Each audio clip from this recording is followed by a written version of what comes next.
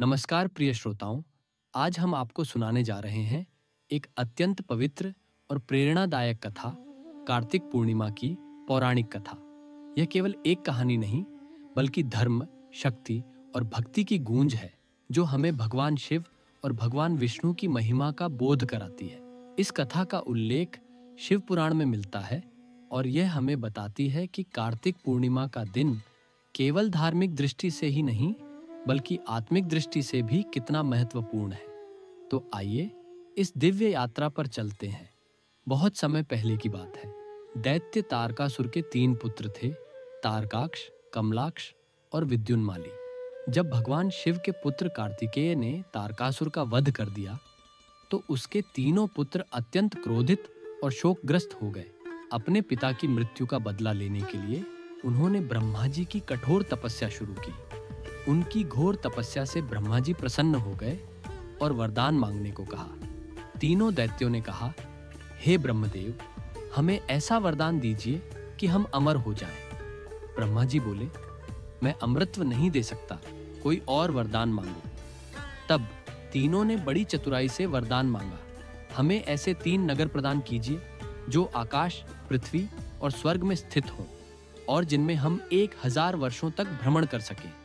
उसके बाद एक निश्चित क्षण पर जब ये तीनों नगर एक साथ एक सीध में आए, तभी हमें मारा जा सके। ब्रह्मा जी ने उनकी यह युक्ति स्वीकार की, लेकिन साथ ही यह भी कहा, तुम्हें मारने का सामर्थ्य केवल भगवान शिव के पास होगा, कोई और तुम्हें पराजित नहीं कर सकेगा।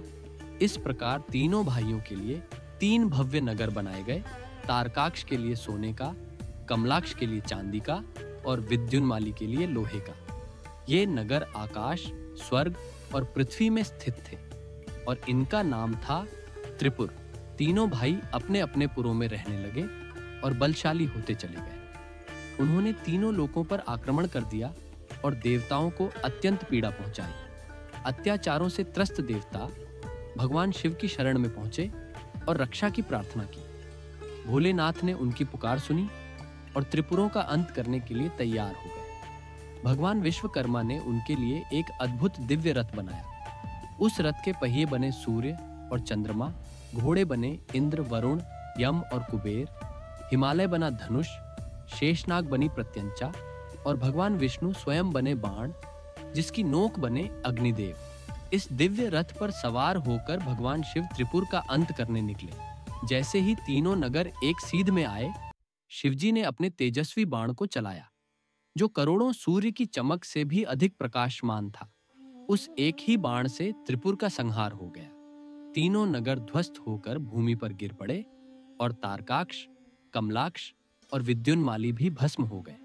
देवताओं ने भगवान शिव की जय जयकार की और उन्हें त्रिपुरारी के नाम से सम्मानित किया, अर्थात त्रिपुरों का अंत करने वाले। यह महायुद्ध कार्तिक पूर्णिमा के दिन हुआ था।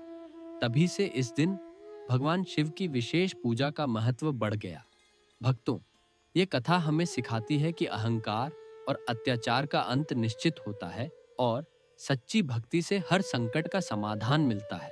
इस कार्तिक पूर्णिमा पर आइए हम भी भगवान शिव और विष्णु की आराधना करें, अपने जीवन से अंधकार को मिटाएं और शांति, समृद्धि और धर्म का दीप जलाएं।